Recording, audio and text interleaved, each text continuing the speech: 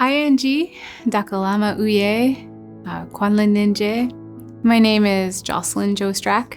I'm a member of the Champagne and Ajax First Nation, and I grew up here in the Yukon. And as a teenager, I struggled. I was so sad, suicidal, bullied. I drank, ran away, and took risks with my body. Grade 9 was one of the hardest years of my life. Today, it appears that many of our young people are struggling even more than I did.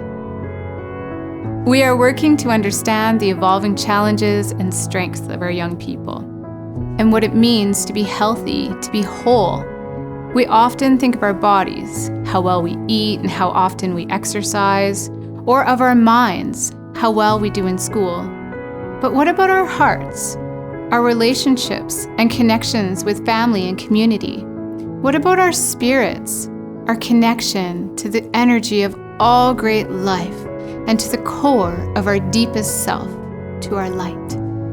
Every 4 years, Queen's University, supported by the Public Health Agency of Canada, takes a deep dive into the health behaviours and experiences of school-aged children across Canada, including here in the Yukon.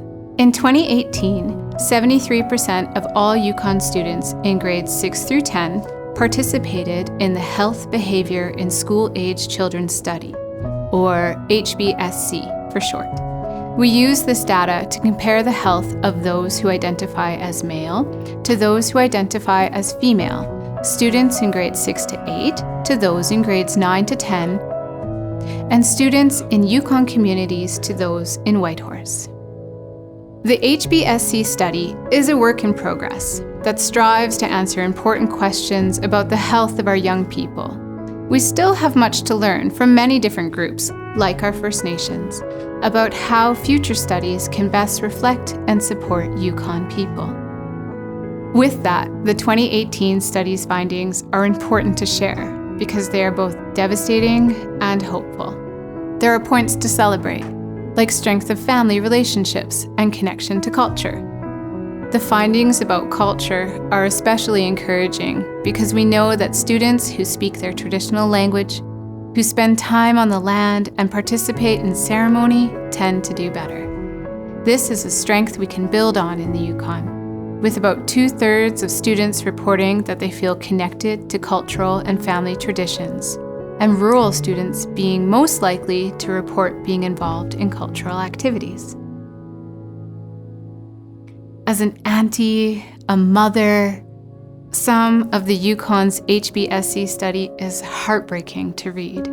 There are groups of young people who need more support, especially our girls in grades 9 and 10, and students living in the communities.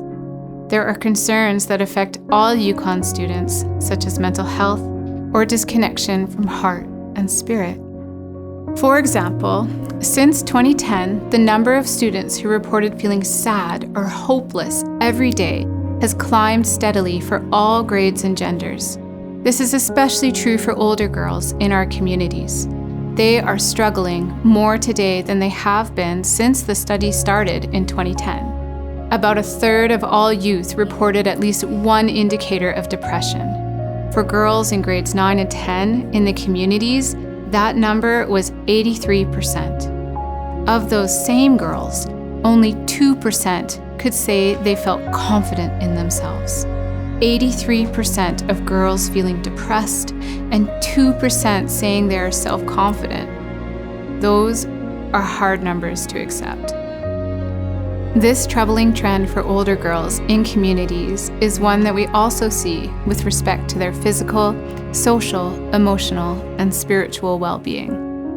When it comes to substances, students in community reported higher rates of alcohol, tobacco, and cannabis use. 41% of girls in communities had smoked tobacco in the past 30 days, compared with 12% of girls the same age living in Whitehorse. Questions about sexual health also revealed some troubling findings, but most would agree that having sex before the age of 13 is worrisome. Among sexually active students, this is the experience of 24% of Whitehorse girls and an alarming 41% of girls in the communities. For all boys in the territory, that number is closer to 20%. Unfortunately, dating violence is also a reality for many young women in the Yukon. About a quarter of grade 9 and 10 girls living in the communities reported being physically hurt by someone they were dating in the past year. A third of all grade 9 and 10 girls who responded also had been in a controlling or emotionally hurtful romantic relationship.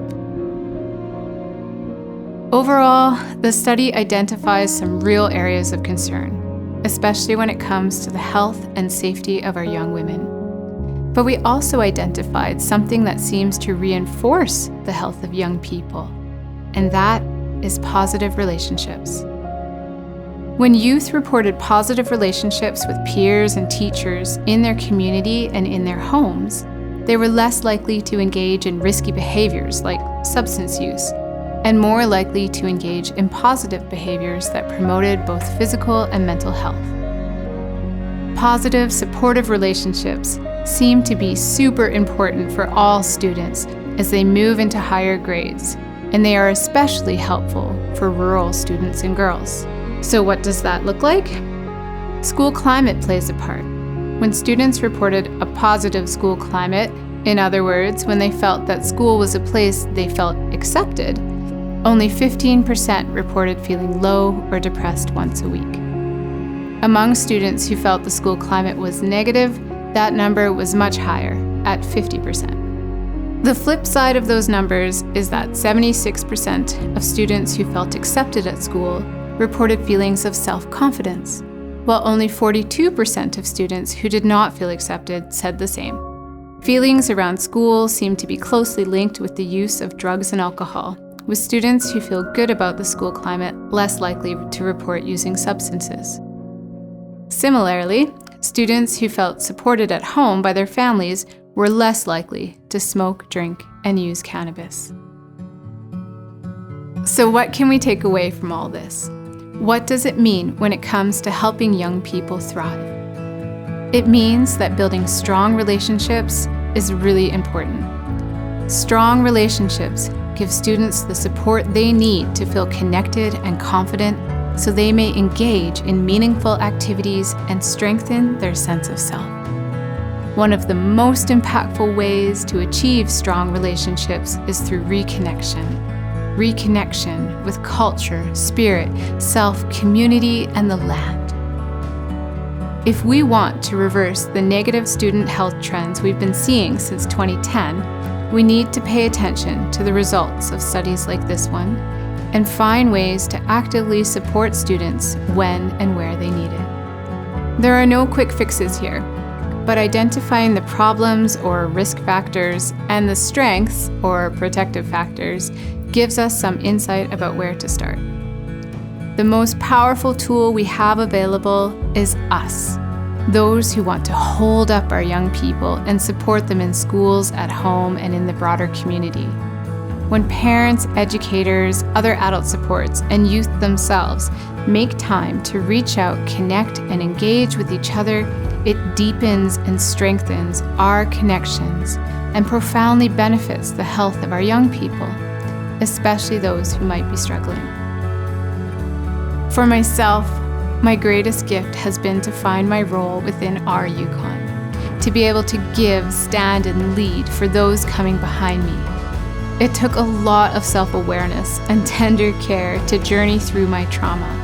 It took reconnecting with my culture, the land of our ancestors, their voices, and the strength and determination of our communities.